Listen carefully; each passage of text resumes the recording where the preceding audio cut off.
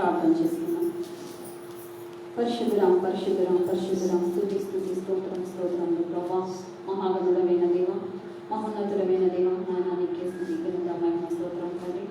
ఈ యొక్క సాయంకాల సమయంలో ఈ వాక్యంలో ధ్యానిస్తుండగా ప్రభా, నన్ను నీలో చరణాలను పంచుకున్నాడు ప్రభా. తండ్రి, నేను మాట్లాడితే అది ఎవరికి అర్థం కాదు ప్రభా. నీవు నాలో ఉండి నన్ను బలపరచండి ప్రభా. ప్రతి ఒక్క ఆటంకంలో ఏ నామంలో పాల్గొనండి ప్రభా. నా నోటిని బోరధ్వని వలె వాడుకున్నాను బతుకులాడుతూ దేవా, ఈ సమయం నన్ను ఇక్కడ ఉన్న బిడ్డలని దేగల స్థలకు అప్పచెప్తూ యేసుక్రీస్తు నామంలో అడిగి వేడుకొచ్చున్నాం తండ్రి, ఆమేన్. దేవుని పరిశుద్ధ నామానికి స్తోత్రములు. మరి ఈ శిల్వ ధ్యానాలలో ప్రతి సాయంకాలం మనం నిర్గమకాండం ధ్యానిస్తాము. నిర్గమకాండం 17వ అధ్యాయం ఈరోజు మనం ధ్యానించుకుంటాము. 17వ రోజు ఈరోజు శిల్వ ధ్యానాలు. దేవుడు ఇంతమట కూడా మనల్ని విజయవంతంగా ముందుకు నడిపిస్తున్న దేవుడికి నేను వందనాలు చెల్లిస్తున్నాను. నిర్గమకాండం 17వ అధ్యాయం మొదటి కొన్ని వచనాలు చదువుతున్నాం. తరువాత ఇశ్రాయేలీయుల సర్వ సమాజం యెహోవా మాట చొప్పున తమ ప్రయాణములలో సీను అరణ్యం నుండి ప్రయాణమైపోయి రెఫీదీములో దిగిరి. ప్రజలు తమకు త్రాగనీళ్లు లేనందున మోషేతో వాదించుచు త్రాగుటకు మాకు నీళ్ళిమ్మని అడగగా, మోషే, మీరు నాతో వాదింపనేలా, యెహోవాను శోధింపనేలా అని వారితో చెప్పాడు. అక్కడ ప్రజలు నీళ్లు లేక దప్పికొని మోషే మీద సనుగుచు, ఇదెందుకు? మమ్మును, మా పిల్లలను, మా పశువులను దప్పిచేత చంపుటకు ఐగుప్తులో నుండి ఇక్కడికి తీసుకుని వచ్చింది. అప్పుడు మోషే యెహోవాకు మొరపెట్టుచు, ఈ ప్రజలను నేనేమి చేయుదును? కొద్దిసేపటికి నన్ను రాళ్లతో కొట్టి చంపుదునను. అందుకు యెహోవా, నీవు ఇశ్రాయేలు పెద్దలలో కొందరిని తీసుకొని ప్రజలకు ముందుగా పోము. నీవు నదిని కొట్టిన నీ కర్రను చేత పట్టుకొని పోము. ఇదిగో అక్కడ హోరేబులోని బండ మీద నేను నీకు ఎదురుగా నిలిచెను. నీవు ఆ బండను కొట్టగా ప్రజలు త్రాగుటకు దానిలో నుండి నీళ్లు బయలుదేరినని మోషేతో సెలవీయగా, మోషే ఇశ్రాయేలీయుల పెద్దల కన్నుల ఎదుట అట్లు చేశాను. అప్పుడు ఇశ్రాయేలీయులు చేసిన వాదనను బట్టి యెహోవా మన మధ్య ఉన్నాడో లేడో అని వారు యెహోవాను శోధించటం బట్టి అతడు ఆ చోటికి మస్సా అనియు మెరీబా అనియు పేర్లు పెట్టాడు. దేవుని నామానికి స్తోత్రములు. మరి ఇందులో 2 అంశాలను మనం ధ్యానించవచ్చు. మొదటి 7 వచనాలేమో నీళ్లు లేనప్పుడు దేవుడైన యెహోవాను మరి ఇశ్రాయేలీయులు శోధించిన అంశంను మనం ధ్యానించవచ్చు. 8 నుంచి 16వ వచనం వరకు ఏమో అమాలేకీయులు వచ్చి ఇశ్రాయేలీయులతో మరి యుద్ధం చేసినప్పుడు దేవుడు ఇచ్చిన విజయం గురించి మనం ధ్యానించవచ్చు. ముందుగా మరి ఈ యొక్క దేవుడిని వాళ్ళు ఏ విధంగా శోధించినారు, మోషే దేవునికి ఏ విధంగా మొరపెట్టినాడు, మోషేను దేవుడు ఏ విధంగా ఈ సమయంలో వాడుకున్నాడో మనం ధ్యానిద్దాం. మొదటి వచనం చూసినట్లయితే, తర్వాత ఇశ్రాయేలీయుల సర్వ సమాజము యెహోవా మాట చొప్పున తమ ప్రయాణములలో సీను అరణ్యం నుండి ప్రయాణమైపోయి రెఫీదీములో దిగిరి. ప్రజలు తమకు త్రాగ నీళ్లు లేనందున.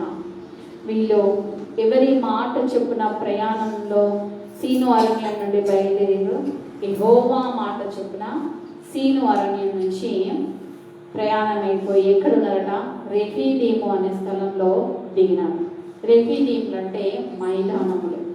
మరి పగలు మేఘస్తంభంలోను రాత్రి అగ్నిస్తంభంలో తోడైన దేవుడు మేఘం ఎప్పుడైతే కదులుతుందో వాళ్ళ ప్రయాణం అప్పుడు ప్రారంభమయ్యేది. మరి వీరు యెహోవా మాట చొప్పున మరి వారు ప్రయాణం చేసి రెఫీదీముకు వచ్చింది. మరి 16వ అధ్యాయంలో చూసినట్లయితే మాకు ఆహారం లేదు, మాంసం లేదు అని వాళ్ళు విలాప గీతం పాడింది మనం చూసినాం. మరి అప్పుడు కూడా దేవుడు వారికి శ్రేష్టమైన మాంసంను మన్నాను ఇచ్చి దేవుడు వారిని పోషించాడు. మరి ఇక్కడ 17వ అధ్యాయానికి వచ్చే వరకు వాళ్ళకి ఏం లేవట? నీళ్లు లేవట, త్రాగడానికి నీళ్లు లేవు. మరి వాళ్ళు దేవుడైన యెహోవా మాకు తోడై ఉంటూనే ఉన్నాడనే విషయాన్ని తెలిసి కూడా ఒక అపనమ్మకంతో మోషే మీద సనుగుడు ప్రారంభించారు. వారికి ఉన్న ఆ ప్రాచీన స్వభావం ఎప్పుడు కూడా బయటపడుతూ దేవుణ్ణి శోధించడం, వారి యొక్క అవిశ్వాసాన్ని కనపరచడం, మోషేను దుఃఖపరచడం వారి జీవితంలో ఒక భాగం అయిపోయింది.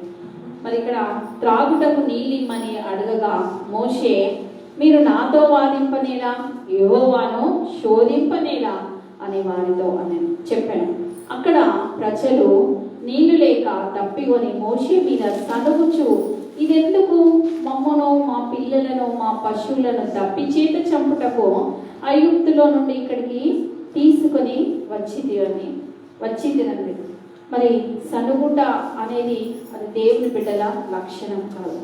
మనకి ఏ ఎక్కడ ఉన్నా కూడా ప్రార్థించాలి, కానీ సనగకూడదు. సనుగుట ప్రార్థన కానే కాదు, అది ఒక తిరుగుబాటు. భక్తులు మనం చెప్పుకుంటూ కూడా సనిగే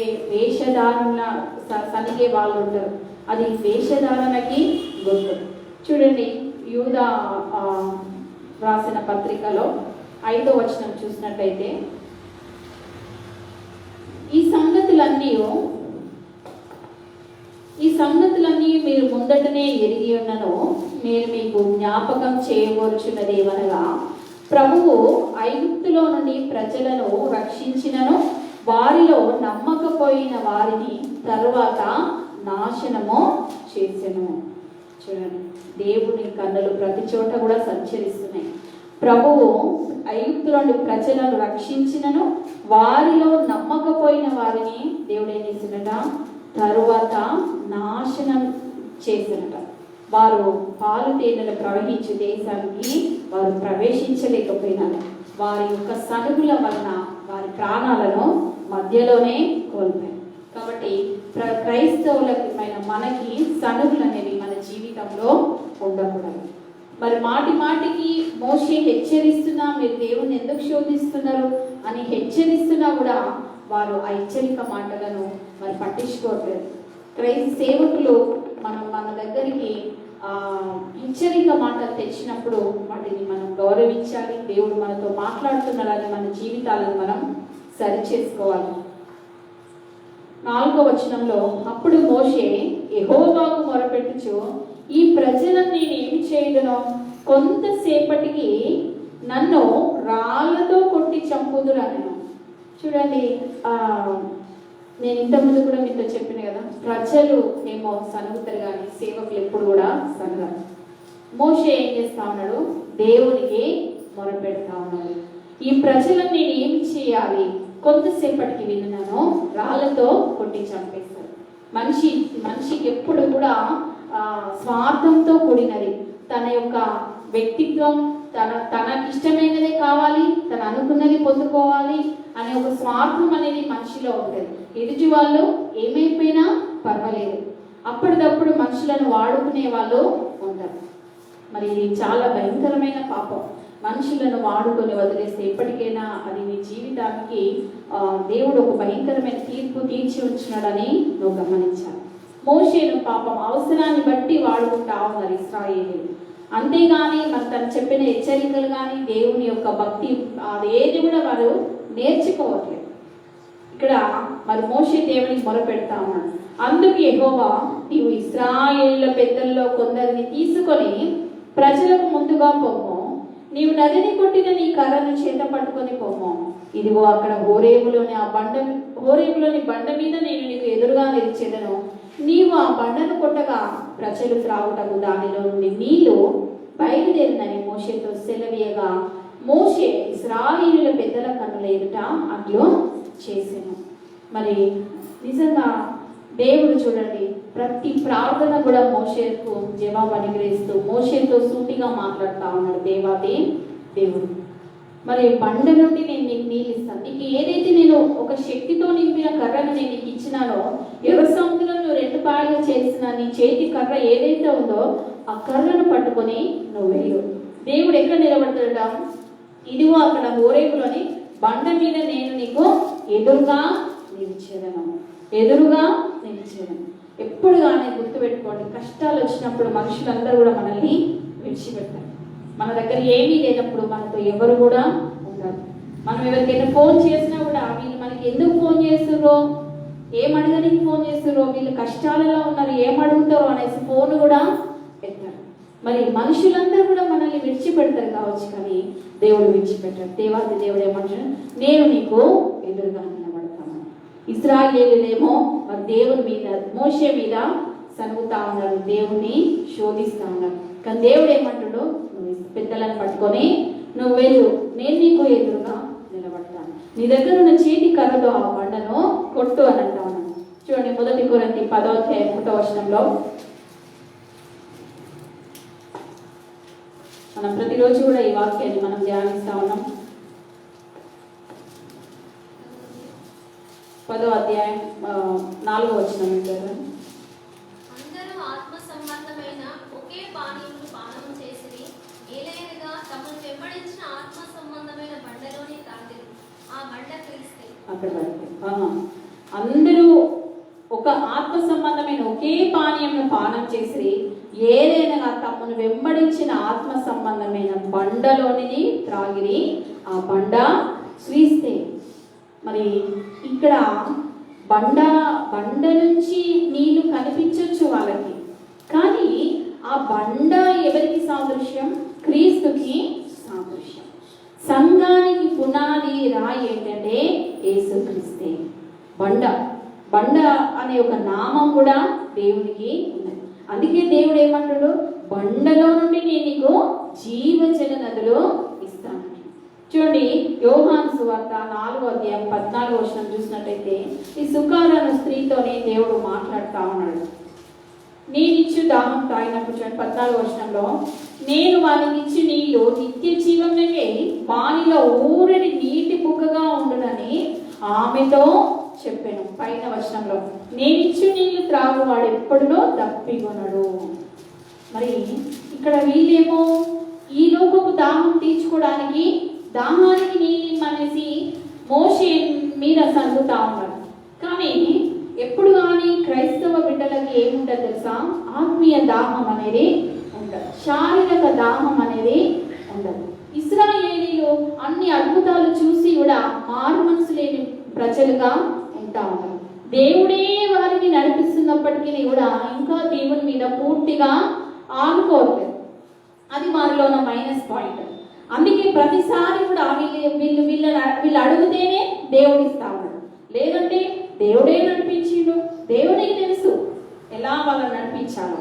చూడండి ఏలియా విషయంలో చూసినట్టయితే కరువు రాగానే దేవుడు ఎక్కడికి పోమన్నాడు ఏలియాను? నువ్వు కెరీతి వాళ్ళ దగ్గర పోయి తాగుకో, ఉదయమున సాయంకాలంలో నేను కాకోలం ద్వారా నీకు ఆహారం పంపిస్తాను అన్న మాట ప్రకారం దేవుడు ఏలియాకు ఆహారం పంపించింది. ఎప్పుడైతే ఆ వాగు ఎండిపోయిందో తిరిగి దేవుడు ఎక్కడికి పంపించిండో? సారిపతు విధవరాల దగ్గరికి పంపించింది.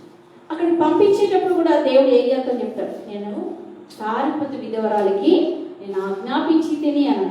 అంటే డైరెక్ట్గా విధవరాలతో మాట్లాడకపోవచ్చు, కానీ ఎప్పుడైతే ఈ ఏలియా అక్కడికి వెళ్ళి ఆమెతో మాట్లాడతారో వెంటనే ఆమె ఈయనను తన గృహంలోకి చేర్చుకుంది. ఎందుకంటే దేవుడు ఆ పరిశుద్ధాత్మ యొక్క ఆ మనసును ఆ సమయంలో దేవుడు ఆమెకు అనుగ్రహిస్తాడు. కాబట్టి ఎప్పుడైనా సరే ఏలియాకు ముందుగానే అన్ని సిద్ధపరచాడు. ఎందుకు సిద్ధపరచండి ఏలియాకి ముందుగానే? ఎందుకంటే అవిశ్వాసంతో దేవుణ్ణి వెంబడించలేదు ఏలియా. విశ్వాసంతో పూర్తిగా దేవుని మీద ఆనుకున్నాడు ఏలియా. కానీ ఇక్కడ ఇశ్రాయేలీలు చూసినట్టయితే విశ్వాసంతో దేవుని వెంబడించట్లేదు. ఒక అద్భుతాలతోటే చూస్తూ ముందుకు పరిగెడుతున్నారు, కానీ విశ్వాసంతో దేవుని వెంబడించట్లేదు. కాబట్టి మాటి మాటికి వీళ్ళు పరీక్షలను ఎదుర్కొనవలసి వస్తుంది. పూర్తిగా దేవుని మీదనే వీళ్ళు ఆనుకుంటే దేవునికి తెలుసు మనకు అక్కరగా ఉన్నవేమో మనం అడగక ముందుకే దేవుడు ఇస్తాననేసి వాక్యంలో. మరి వీళ్ళని నడిపించిన దేవుడికి తెలియదా ఏ సమయంలో ఏది ఇవ్వాలో? చూడండి వీళ్ళు మాటి మాటికి సరుగుతున్నారు కాబట్టి వీళ్ళు పరీక్షలను ఎదుర్కొనవలసి వస్తా ఉన్నారు. చూడండి ఈ కొట్టబడిన రాయి ఏంటంటే సిలువ వేయబడిన క్రీస్తును సూచిస్తాను. ఈ మోషేకు దేవుడు సెలవిచ్చిండు, నువ్వు వెళ్ళి ఆ బండలో నువ్వు రాయితో కొట్టు, నేను నీకు ఎదురుగా నిలబడతాను. ఆ బండ సిలువ వేయబడిన క్రీస్తును సూచిస్తా ఉన్నారు. సంఖ్యాకాండం 20వ అధ్యాయం 8వ వచనంలోనే అప్పుడు కూడా ప్రజలు సలుగుతారు, ఏమని? నీళ్ళు లేవు అనేసి. మరి ఒకప్పుడు బండ నుంచి దేవుడు నీళ్ళు ఇచ్చింది కదా, ఇప్పుడు కూడా నీళ్ళు ఇస్తాడని ఎదురు చూడొచ్చు కదా? కాదు. క్రైస్తవులలో ఎలా ఉంటుందంటే విశ్వాసము ప్రతిసారి కూడా కొత్తదనంగా తెలుసుకున్నట్టే ఉంటుంది వాళ్ళ జీవితం. ప్రతిసారి కొత్తగా వెతికినట్టే ఫీల్ అయిపోతా ఉంటారు. అదే ఒకప్పుడు నా జీవితంలో దేవుడి మేలు చేసింది కదా, ఇప్పుడేందుకు చేయడం, ఇప్పుడు కూడా చేస్తాడు అని నమ్మాలి. చూడండి, ఆ సమయంలో కూడా సనగడమే. అప్పుడు దేవుడు ఏమంటాడు మోషేతో, నువ్వు అప్పుడు కొట్టినావు కదా, ఇప్పుడు కొట్టదు, డైరెక్ట్గా వెళ్ళి మాట్లాడు అని అంటాడు మోషేతో. కానీ పాపం మోషే ప్రజల యొక్క సనుగులను బట్టి ఏం చేస్తాడు, అలవాటు ప్రకారం కోపంతో వెళ్ళి కర్రతో కొట్టినప్పుడు, నువ్వు నా మాటకు లోబడలేదు కాబట్టి పాలు తేనెలు ప్రవహించే దేశానికి నువ్వు ప్రవేశించలేవనేసి మోషే ప్రవేశించాడు, మధ్యలోనే చనిపోతాడు. మరి ఆయనకు పాపం అది ఒక తీరని కోరికగా మిగిలిపోతుంది. మరి దేవుడు ఎవరికైనా సరే ఒకటే న్యాయం జరిగిస్తాడు. ఇక్కడ మరి మోషే చూడండి, అప్పుడు ఇశ్రాయేలీయులు చేసిన వాదమును బట్టి యెహోవా మన మధ్య ఉన్నాడో లేడో అని వారు యెహోవాను శోధించడం బట్టి ఎంత స్పష్టంగా ఉందో చూడండి మాట. ఇక్కడ ఇశ్రాయేలీయులు చేసిన వాదమును బట్టి యెహోవా మన మధ్య ఉన్నాడో లేడో. నేను చెప్పలే, ప్రతిసారి దేవుణ్ణి పరీక్షించడమే అన్నమాట. ఈసారి మనం నీళ్ళు ఇవ్వకుంటే దేవుడు లేనట్టే. ఇక చాలా మంది ఇలాగే అనుకుంటారు, ఇట్లా పరీక్షలు ఇట్లా దేవుడికే ఏమంటారు ప్రశ్నలు వేస్తారు, దేవుణ్ణి ఏమంటారు నాకు చెప్పడానికి వస్తలేదు, అలా పరీక్ష పెడతా ఉంటారు అనమాట దేవుడికి. మనం ఎవరం దేవుని ప్రశ్నించడానికి, ఆయన మనల్ని రూపొందించి మనల్ని ఇక్కడికి నడిపించిన దేవుడు ఇంత మటు కాపాడలేదు. ఏది ఇచ్చినా ప్రభువా నీ చిత్తమని మనం స్వీకరించాలి. కానీ ఇశ్రాయేలీయులట యెహోవా మన మధ్య ఉన్నాడో లేడో అని వారు యెహోవాను శోధించడం బట్టి అతడు ఆ చోటికి మస్సా అనియో మెరీబా అనియో పేర్లు పెట్టాను. మస్సా అంటే అర్థం ఏంటంట, శోధించుట. మెరీబా అంటే వాదము అని అర్థం. చూడండి, మరి యోహాను సువార్త 19:30 యేసు ప్రభు శిలువ మీద వేలాడుతూ దాహంతో ఉన్నప్పుడు ఏమి ఇచ్చింది దేవునికి, చేదు చిరకనిచ్చింది. ఆ చేదు చిరక పుచ్చుకున్న తర్వాత దేవుడు బిగ్గరగా కేకవేసి సమాప్తమైనదనేసి తన యొక్క రక్షణ సువార్తను దేవుడు సంపూర్ణం చేసింది కదా. తన యొక్క రక్షణ సువార్తను దేవుడు సంపూర్ణం చేసింది. మరి ఇప్పుడు నీవు నేను క్రీస్తు అనే బండ నుండి మనం ఎన్నెన్నో ఆధ్యాత్మిక విషయాలను మనం తెలుసుకుంటాము. క్రీస్తు అనే బండ నుండి చూడండి, ఎఫెసీయులకు రాసిన పత్రిక 1వ అధ్యాయం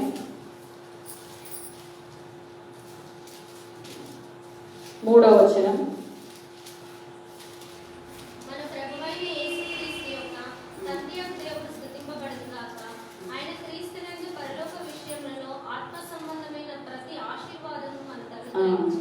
ఆయన క్రీస్తునందు పరలోక విషయంలో ఆత్మ సంబంధమైన ప్రతి ఆశీర్వాదంలో మనకు అనుగ్రహించను.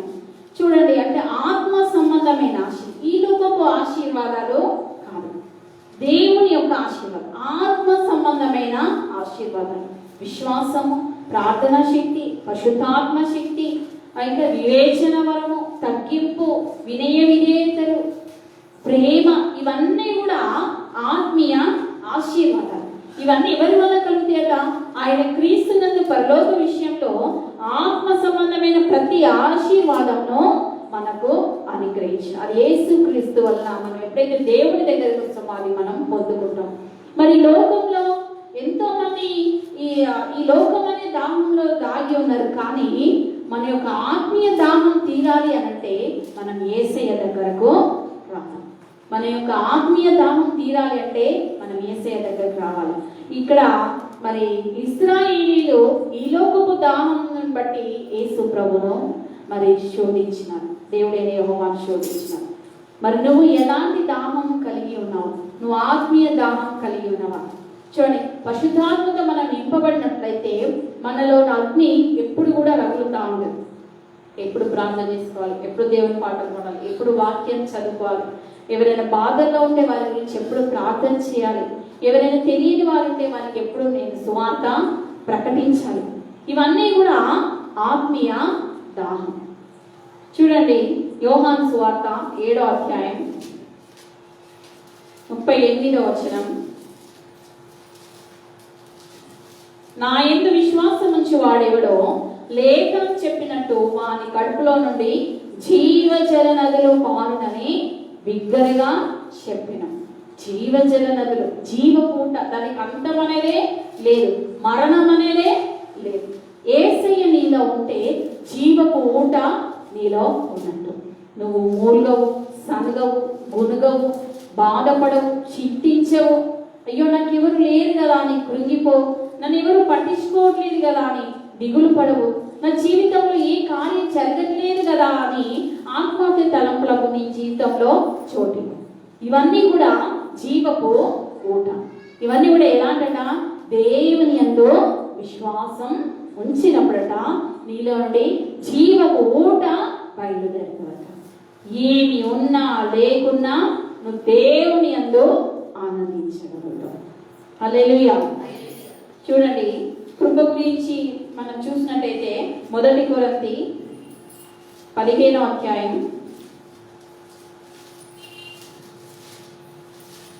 39వ వచనం నుంచి, మనుష్య మాంసము వేరు, మృగ మాంసము వేరు, పక్షి మాంసము వేరు, చేప మాంసము వేరు, మరియు ఆకాశ వస్తు రూపములు కలవు, భూ వస్తు రూపములు కలవు. ఆకాశ వస్తు రూపములు మహిమ వేరు, భూ వస్తు రూపముల మహిమ వేరు. సూర్యుని మహిమ వేరు, చంద్రుని మహిమ వేరు, నక్షత్రముల మహిమ వేరు. అది కాదు.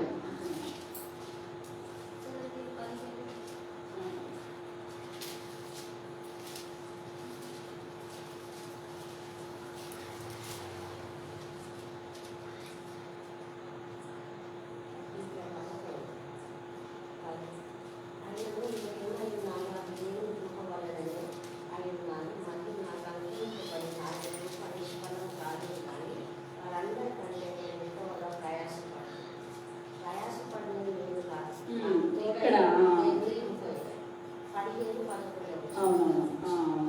9వ వచనం నుంచి, ఏది అనగా నేను అపోస్తులందరిలో తక్కువ వాడను, దేవుని సంఘమును హింసించినందున అపోస్తులు అనబట్టకు యోగ్యుడను కాను. అయినను నేనేమై ఉన్నాను అది దేవుని కృప వలననే అయ్యున్నాను. మరియు నాకు అనుగ్రహింపబడిన ఆయన కృప నిష్ఫలం కాలేదు కానీ వారందరికంటే నేను ఎక్కువగా ప్రయాసపడినది నేను కాను, నాకు తోడై ఉన్న దేవుని కృపయే.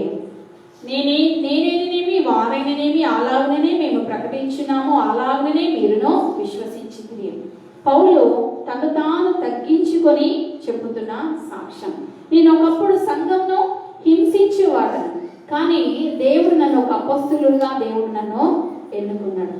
మరి అయినా కూడా ఇలా నేను వాడబడుతున్నానంటే అది నా జ్ఞానం కాదు, నా శక్తి కాదు, కానీ దేవుని కృప అనేసి దేవుని నామాన్ని మహిమపరుస్తా ఉన్నాడు అపోస్తలుడైన పౌలు.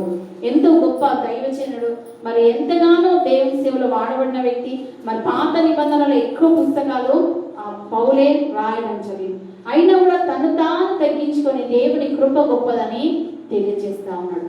మానవులమైన మనం అందరం కూడా మనల్ని మనం తగ్గించుకున్నప్పుడు దేవుడు మన ఎంతగానో ఆనందిస్తాడు. కానీ ఇక్కడ ఇశ్రాయేలీయులు చూసినట్టయితే వాళ్ళు ఏమాత్రం కూడా తగ్గింపు లేదు. ఒక గర్వం అనేది వారి జీవితంలో మనం చూస్తా ఉన్నాం. ప్రతిరోజు వాళ్ళ గురించి ధ్యానిస్తా ఉన్నప్పుడు దేవుడు అంత ప్రేమిస్తున్నా, అంత వారి జీవితంలో మేలు జరిగిస్తా ఉన్నా కూడా వారు ఎలాంటి మార్పు అనేది జరగట్లేదు. అద్భుతం జరిగినప్పుడే దేవుడు గొప్పవాడనేసి సాగిల పడతా ఉన్నారు, దండాలు పెడతా ఉన్నారు, దేవుని కొనియాడుతా ఉన్నారు. కానీ తిరిగి ఎప్పటిదిరిగా మళ్ళీ మామూలుగా వారి జీవితాలు గత జీవితం లాగానే ఉంటా ఉన్నాయి. కాబట్టి క్రైస్తవులమైన మనము అలా ఉండడానికి వీలు లేదు. చూడండి 8వ వచనం నుంచి చూసినట్లయితే, తర్వాత అమాలేకీయులు వచ్చి రెఫీదీములో ఇశ్రాయేలుతో యుద్ధం చేయగా మోషే యెహోషువతో మన కొరకు మనుషులను ఏర్పరిచి వారిని తీసుకొని బయలువెళ్ళి అమాలేకీయులతో యుద్ధం చేయు. రేపు నేను దేవుని కర్రను చేతపట్టుకొని ఆ కొండ శిఖరం మీద నిలిచెదనను. ఇక్కడ అమాలేకీయులు శరీరానికి సాదృశ్యం. ఈ అమాలేకీయులు ఏశావు యొక్క వంశావళి. వీరు వచ్చి మరి ఎవరితో యుద్ధం చేస్తారట? ఇశ్రాయేలీలతోనే యుద్ధం చేస్తాను. మరి మోషే ఏం చేసిందంటే యెహోషువను మరి నువ్వు మన దగ్గర ఉన్న మనుషులను ఏర్పరచుకొని వెళ్ళి నీవు యుద్ధం చేయము, నేను దేవుని దగ్గర మొరపెడతాననేసి రేపు నేను దేవుని కర్ర చేత పట్టుకొని ఆ కొండ శిఖరం మీద నిలిచేదనను. యెహోషువ మోషే తనతో చెప్పినట్లు చేసి అమాలేకీయులతో యుద్ధమాడెను. మోషే అహరోను హూరు అనువారు ఆ కొండ శిఖరం ఎక్కిరి. చూడండి, వీరు ముగ్గురు కూడా కొండ శిఖరం ఎక్కి దేవునికి ప్రార్థన చేస్తాము. అసలు ఈ కొండ శిఖరమే యుద్ధ రంగం, ఎందుకంటే అదొక ప్రార్థన పోరాటం. ఈ యుద్ధము మోషే చేసే ప్రార్థన మీద ఆధారపడను. హల్లెలూయా. ఈ యుద్ధము మోషే చేసే ప్రార్థన మీద ఆధారపడను. ఎందుకంటే చూడండి, కింద వచనాలు 11వ వచనంలో మోషే తన చెయ్యి పైకెత్తినప్పుడు ఇశ్రాయేలీయులు గెలిచిరి. మోషే తన చెయ్యి తిప్పినప్పుడు అమాలేకీయులు గెలిచిరి. చూడండి, మోషే అట, జాగ్రత్తగా వినండి. మోషే తన చెయ్యి పైకెత్తి ప్రార్థించినప్పుడేమో ఎవరు గెలిచిరట? ఇశ్రాయేలీయులు గెలిచిరట. మోషే తన చేతిలో ఒకవేళ బరువెక్కి కిందికి దించగానే ఎవరు గెలుస్తా ఉన్నారు? అమాలేకీయులు గెలుస్తా ఉన్నారు. చూడండి, ప్రార్థనలో ఉన్న శక్తి అది. నువ్వు ఎంతగా ప్రార్థిస్తావో నువ్వు నమ్మాలి. విజయం నాదే, విజయము నాదే, దేవుడు నా ప్రార్థన వింటున్నాడని నువ్వు విశ్వసించాలి. ఇక్కడ మోషే కూడా చేతులెత్తి ప్రార్థించినప్పుడట మరి దేవుడు ఏం చేసిందట? ఇశ్రాయేలీయులను, ఈ హూరు ఎవరు అనంటే కాలేబు కుమారుడు, మిరియాము యొక్క భర్త. చూడండి, మరి మోషే చేతులు కిందికి దించకుండా వాళ్ళు ఏం చేశారట? 12వ వచనంలో మోషే చేతులు బరువెక్కగా వారు ఒక రాయి తీసుకొని వచ్చి అతడు దాని మీద కూర్చుండకే దాన్ని వేసిరి. అహరోను హూరులు ఒకడు ఈ పక్కన ఒకడు ఆ పక్కన పక్కను అతని చేతులను ఆదుకొనగా అతని చేతులు సూర్యుడు అస్తమించే వరకు నిలబడగా ఉండేవి. అట్లు యెహోషువ కత్తివాడి చేత అమాలేకు రాజును అతని జనులను గెలిచాడు. ఇక్కడ చూడండి, అంటే ఉదయం నుంచి సాయంకాలం వరకు మోషే యుద్ధం జరిగినంత సేపు కూడా తన చేతులను ఎత్తి అలాగే ప్రార్థన చేస్తా ఉన్నాడు. ఆయనకు దేవుని మీద ఎంత నమ్మకం, ఎంత ఓపిక, ఎంత సహనం కలిగిన వ్యక్తి అయితే అలా ప్రార్థన చేయాలి. దేవా, నువ్వు నన్ను బయటికి తీసుకొచ్చినావు కదా, మరి వీళ్ళతో నువ్వే పోరాడు, నేను ఇంతసేపు చేతులు ఎత్తలేను అని చెప్పట్లేదు. ఏమాత్రం కూడా ప్రశ్నలు వేయట్లేదు. దేవునికి మొర పెడతా ఉన్నాడు. ఇశ్రాయేలు ప్రయాణం అంతా కూడా మోషే యొక్క ప్రార్థననే, మోషే యొక్క ప్రార్థనే. మొర పెట్టడమే తెలుసు మోషేకి, అంతే. మళ్ళీ లోబడడమే తెలుసు. ఇవి రెండే తెలుసు. ఆయన ప్రశ్నించడము, ఎదురు తిరగడం అనేది మోషే జీవితంలో లేదు. అందుకే మోషేను దేవుడు అమితంగా ప్రేమించి ముఖాముఖి తనతో మాట్లాడినాడు దేవాది దేవుడు. మరి ఇక్కడ ఈ హూరు అహరోను చెరొక వైపు తన చేతులను ఎత్తి పట్టుకొని ఒక రాయి మీద తనను కూర్చోబెట్టి ఆ చేతులకు సపోర్టుగా నిలబడ్డప్పుడు మోషే ఏం చేయడం ప్రారంభించాడు? ప్రార్థన చేస్తూనే ఉన్నాడు. ప్రార్థన చేస్తా ఉన్నాడు. అక్కడ ప్రార్థన చేస్తా ఉన్నాడు. అక్కడ దేవుడు వారికి ఏమిస్తాడు? విజయం ఇస్తా ఉన్నాడు. నీ కుటుంబంలో విజయం, నీ పిల్లల జీవితంలో విజయం కలగాలంటే నువ్వు ప్రార్థన చేయాలి. మన చేతులు ఎప్పుడు కూడా దేవుని వైపు ఎత్తే చేతుల్లాగానే పవిత్రంగా, పరిశుద్ధంగా మన చేతులను ఉంచుకోవాలి. ఏ అపవిత్రత కూడా మనకు అంటకుండా మనము కాపాడుకోవాలి. ఎందుకంటే మన చేతిలో దేవుడు అభిషేకాన్ని దేవుడు నింపుతాడు కాబట్టి, దేవుని శక్తి అనే దేవుడు మనకు ఇస్తాడు కాబట్టి మనం చాలా జాగ్రత్తగా మన దేహాన్ని మనం ప్రార్థించి శక్తి చేత నింపుకోవాలి. ఇక్కడ మోషే ద్వారా దేవుడు అమాలేకులకు విజయం అనుగ్రహించాడు. ఇంకొక వ్యక్తిని దేవుడు ఎవరు వాడుకున్నాడు? యెహోషువను వాడుకున్నాడు. యెహోషువ మోషే యొక్క వారసుడు. యెహోషువ మోషే యొక్క వారసుడు. చూడండి, ఈ మోషే ఒక నాయకుడు, నాయకత్వం లక్షణం కలిగి నా తర్వాత ఎవరైనా ఒకరిని మీరు నడిపించాలి అనేసి మొదటి నుంచి యెహోషువను గొప్పగా వాడుకుంటా ఉన్నాడు. మోషే అన్నీ కూడా నేర్పిస్తా ఉన్నాడు. అదొక నాయకత్వ లక్షణం. నాయకుడు ఎప్పుడు కూడా నేనే ప్రబలాలి, నేనే అధికంగా ఉండాలి, నా పేరే మారుమోగాలి అని మంచి నాయకుడు ఎప్పుడు కూడా అలా కోరుకోడు. మర్రి చెట్టులాగా నేనే విశాలంగా ఎదిగి ఉండాలి అని ఎప్పుడు కూడా మంచి నాయకుడు కోరుకోడు. ఇతరులని కూడా నాలాగా తీర్చిదిద్దాలి అని కోరుకుంటాడు మంచి నాయకుడు. ఈ మోషే కూడా ఒక మంచి నాయకుడై యెహోషువను తన వారసులాగా మరి ఆ యుద్ధానికి పంపించింది మోషే. ఇక్కడ చూడండి 13వ వచనంలో, అట్లు యెహోషువ కత్తివాడి చేత అమాలేకు రాజును అతని జనులను గెలిచెను. అప్పుడు యెహోవా మోషేతో ఇట్లనెను, నేను అమాలేకుల పేరు ఆకాశం క్రింద నుండకుండా బొత్తిగా తుడిచివేదును గనుక జ్ఞాపకార్థంగా గ్రంథంలో దీన్ని రాసి యెహోషువకు వినిపించుము. తరువాత మోషే ఒక బలిపీఠమును కట్టి దానికి యెహోవా నిస్సి అని పేరు పెట్టి, అమాలేకీయులు తమ చేతిని యెహోవా సింహాసనమునకు విరోధంగా ఎత్తిరి గనుక యెహోవాకు అమాలేకీయులతో తరతరముల వరకు యుద్ధమనెను. దేవుడు వాగ్దానం ఇస్తా ఉన్నాడు మోషేతోటి, ఈ అమాలేకీయుల పేరు ఆకాశం క్రింద ఉండకుండా నేను బొత్తిగా తుడిచివేస్తాను. దేవుడు ఏ పని చేసినా కూడా సంపూర్ణంగా చేస్తాను, బొత్తిగా నేను తుడిచివేస్తాను. కాబట్టి నువ్వు ఇది జీవ గ్రంథంలో రాసి పెట్టి యెహోషువతో వినిపించని మోషేతో చెప్పినప్పుడు మోషే ఒక బలిపీఠంను కట్టి దేవునికి బలి అర్పించి దానికి బలిపీఠంకి ఏమని పేరు పెట్టినట, యెహోవా నిస్సి అన్న. అంటే నిస్సి అంటే ధ్వజం, విక్టరీ అన్నమాట, విజయానికి సాదృశ్యం. ఇక్కడ చూడండి కింది వచనంలో, అమాలేకీయులు తమ చేతిని యెహోవా సింహాసనమునకు విరోధంగా ఎత్తిరి కనుక యెహోవాకు అమాలేకీయులతో తరతరముల వరకు యుద్ధం అనెను. దేవునికి విరోధంగా వారు లేచారు కాబట్టి వారు బ్రతికినంత కాలం దేవుని కృప అనేది వారి మీదకి రాదు, దేవుని సహాయం అనేది వారికి రాదు, దేవుని యొక్క శిక్షనే వారికి ఉంటుంది. తరతరముల వరకు యుద్ధమే, వారి జీవితం ఎప్పుడు కూడా బాగుపడదు. కాబట్టి దేవునికి విరోధంగా మనం ఎప్పుడు కూడా మాట్లాడకూడదు, దేవునికి విరోధమైన జీవితాన్ని మనం జీవించకూడదు. దేవుడి పరిశుద్ధ వాక్యంను దీవించును గాక. మనమందరం కూడా లేచి నిలబడినట్టయితే ప్రార్థన చేసుకుందాం.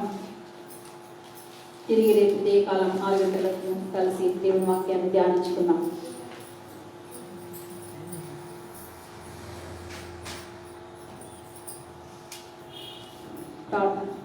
పరిశుద్ధుడా పరిశుద్ధుడా గొప్ప దేవ, మహాగరుడా, మహోన్నతుడా, మంచి దేవ, ఆయన నీకే వందనాలు. శ్రేష్టమైన వాక్యం ద్వారా మాతో మాట్లాడినందుకు నీకు వందనాలు ప్రభు. బండ నుండి జీవపు ఊటనిచ్చిన దేవుడు నీవే ప్రభు. అమాలేకులతో నైనా మరి నీవు యుద్ధం చేసి నేను ఇశ్రాయేలులకు విజయం ఇచ్చిన దేవుడు నీవే ప్రభు. మరి ఇశ్రాయేలు ప్రభు వారి యొక్క అరణ్య యాత్రలో ఎంతగానో నీకు శోధించినారు, మోషే మీరు ఎంతగానో సరిగినారు ప్రభు. మా జీవితాలు అలా ఉండకుండా నీ ఉగ్రతకు మేము గురి కాకుండా ప్రభా దేవా, కష్టమైన సుఖమైన ప్రభా ఇది నీ చిత్తమని మేము గ్రహించి ప్రభా నీ చిత్తానికి లోపడే విధంగా, నీ స్వరంకు లోపడే విధంగా మమ్మల్ని ఆత్మీయంగా బలపరచండి. ఈ లోకపు దాహంతో మేము ఉండకుండా ప్రభా ఆత్మీయ దాహంతో మమ్మల్ని నింపమని, ఆత్మీయ ఆశీర్వాదాలను మాకు దయచేయమని వేడుకుంటూ యేసుక్రీస్తు నామములో అడిగి వేడుకొచ్చున్నాం తండ్రి, ఆమేన్. పరలోకమందున్న మా తండ్రి, నీ నామం పరిశుద్ధపరచబడును గాక, నీ రాజ్యం వచ్చును గాక, నీ చిత్తం పరలోకమందు నెరవేరినట్లు భూమి మీద నెరవేరబడును గాక. మా అనుదిన ఆహారం నేడు మాకు దయచేయండి, మా వస్తువులను మీకు క్షమించిన ప్రకారం మాకు క్షమించు, మా శోధనలంటే ఏకాదశిని తప్పించండి. ఎందుకనగా రాజ్యం, బలం, మహిమ నిరంతరం నీవే నావు తండ్రి, ఆమేన్. మన ప్రభువైన యేసుక్రీస్తు కృపయు ప్రేమయు సమాధానము మనకందరికీ ఎల్లప్పుడూ తోడుగా ఉండును గాక, ఆమేన్.